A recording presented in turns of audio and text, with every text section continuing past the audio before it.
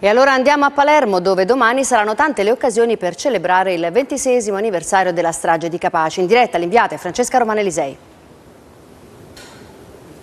Buonasera, ci troviamo nell'aula bunker del carcere del Lucciardone. Io sono sicura che molti di voi ricorderanno le gabbie qui dietro, le gabbie da cui inveivano gli uomini di Cosa Nostra, il gotha di Cosa Nostra contro la corte che stava celebrando il maxi processo. Dunque questo è uno dei luoghi che sicuramente ha fatto la storia del nostro paese. Da qui domani mattina alle 10 partiranno le celebrazioni per il 26° anniversario delle stragi di Capaci e Via D'Amelio, in cui morirono Falcone e Borsellino. Però noi adesso vogliamo proporvi il racconto di un quartiere di Palermo in cui c'è una scuola elementare, l'Emanuela Loi, che sta facendo uno sforzo grandissimo grazie agli insegnanti e alle famiglie per far passare un messaggio di legalità fra i bambini, un messaggio di legalità però che ancora stenta a passare fra gli abitanti del quartiere, perché ancora ci sono delle resistenze a dire un no chiaro, sfacciato in faccia alla mafia. Vediamo.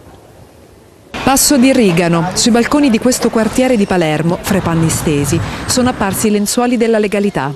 Li hanno disegnati gli alunni della scuola elementare. Sono questi?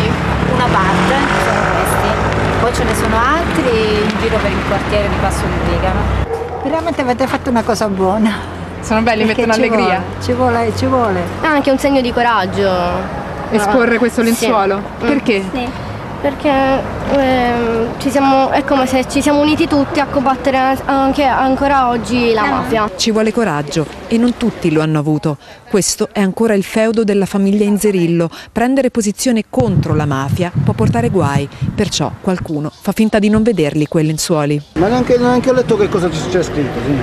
Sì. La mafia uccide, il silenzio pure.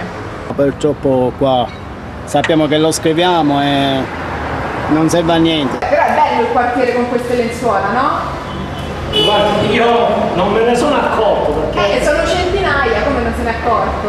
Io sono qua per lavoro, non è che posso... Il comando dei vigili urbani è stato il primo a esporre i lenzuoli. Poco a poco decine di famiglie hanno vinto la paura e seguito l'esempio. Si parla di mafia, c'è la voglia di volere fare, però quando ci si deve mettere in prima linea c'è molta paura e quindi le persone si tirano indietro. Io proprio mi scendevano le lacrime. Dicono che alcuni negozianti, alcuni genitori dicono che hanno paura perché hanno paura che vengono questi mafiosi a derubare. E tu hai paura? No. Giovanni Falcone fu il primo a capire che era necessario seguire i flussi di denaro per capire le ramificazioni di Cosa Nostra, della mafia ma delle mafie, flussi di denaro che ovviamente arrivavano anche al nord. Allora il racconto di Gianmarco Sicuro parte proprio dalla Lombardia e ci dice che nell'Interland milanese ora sono le cosche di 'ndrangheta a comandare. Al circolo